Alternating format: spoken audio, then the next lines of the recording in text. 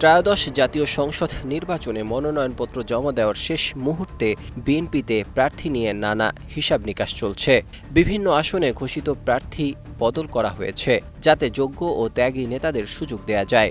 দলীয় মনোনয়ন নিয়ে ত্যাগী নেতাদের মূল্যায়ন এবং জোটের প্রার্থী সমর্থনের কারণে তৃণমূলের নেতাকর্মীরা বিজয়ী হওয়ার সম্ভাবনাও দেখছেন।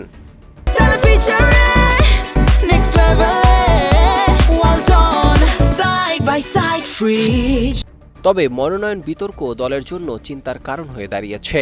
প্রায় অর্ধশত আসনে বিদ্রোহী প্রার্থীর তৎপরতা ও স্বতন্ত্র নির্বাচনের ঘোষণা নেতাকর্মীদের মধ্যে হিমশিম তৈরি করছে।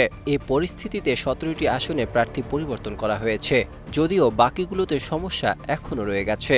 সূত্র জানায়, কিছু আসনে আরও প্রার্থী পরিবর্তনের প্রক্রিয়া চলছে। বিএনপির ভারপ্রাপ্ত চেয়ারম্যান তারেক রহমান দেশে ফেরার পর প্রার্থী পরিবর্তন সহ কিছু চমক দেখানো হয়েছে।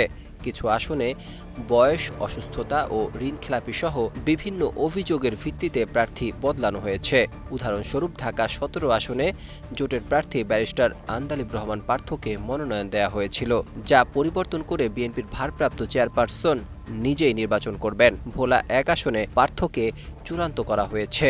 ব্রাহ্মণবাড়িয়া 4, চট্টগ্রাম 6, নারায়ণগঞ্জ 5 ও অন্যান্য আসনে প্রার্থী পরিবর্তন করা হয়েছে। বিএনপি নেতা কবির আহমেদ ভূঁইয়া জানান, দীর্ঘ 17 বছর আমি নির্বাচনী এলাকায় আন্দোলন ও সংগ্রাম করেছি। দল আমাকে চূড়ান্ত মনোনয়ন দিয়েছে। আমি দায়িত্ব পালন করব এবং বিএনপির ভারপ্রাপ্ত চেয়ারম্যানকে এই আসন উপহার দেব। আমি তার প্রতি কৃতজ্ঞ।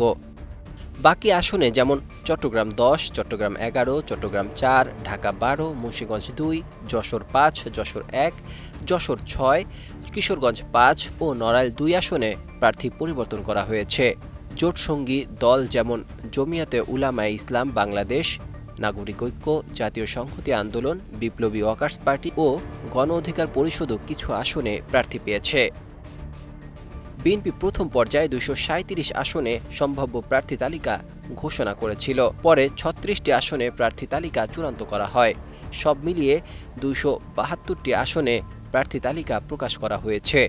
বাকি আসনগুলোতে প্রার্থী বেশিরভাগ চূড়ান্ত, যেখানে কয়েকজন নেতা ধানের শীষ প্রতীকে নির্বাচন করবেন।